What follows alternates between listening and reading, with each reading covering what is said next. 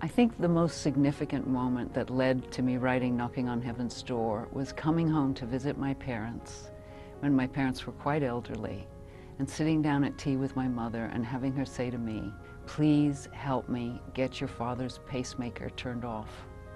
At this point, my father was 84.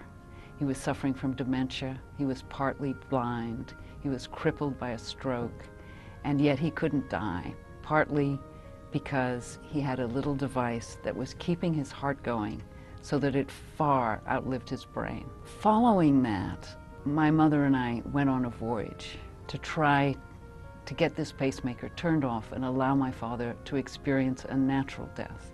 And we found ourselves disempowered and unable to give my father the sort of death he would have wanted.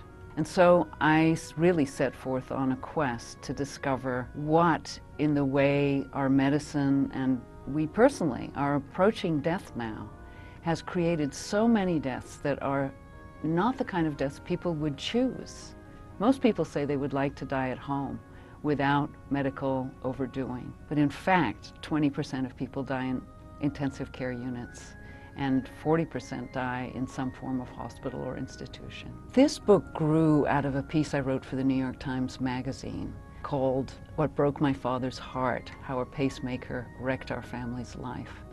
And I was actually quite afraid when it ran that my mother and I would be misunderstood as heartless or cruel. And in fact, the reaction turned out to be just the opposite.